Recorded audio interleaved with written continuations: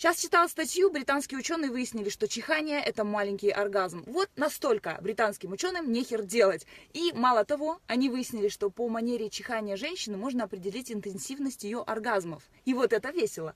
То есть получается, если ваша баба чихает как котенок, типа, то она и кончает так же.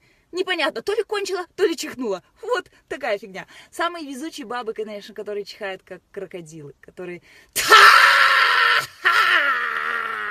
И там слюна, там сопля повисла на потолке. Вот они везучие.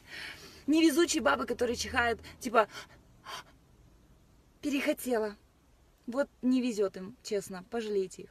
Но самые, сука, бесячие бабы, которые чихают по 20 раз подряд. Я вчера еду в трамвае, и она реально 20 раз подряд чихает. И я думаю, ты перед кем вы делаешь? Ты перед кондуктором, перед водителем. Передайте проезд. Серьезно, перед кем, блин? Скромнее будьте. Вот и все, вот и все.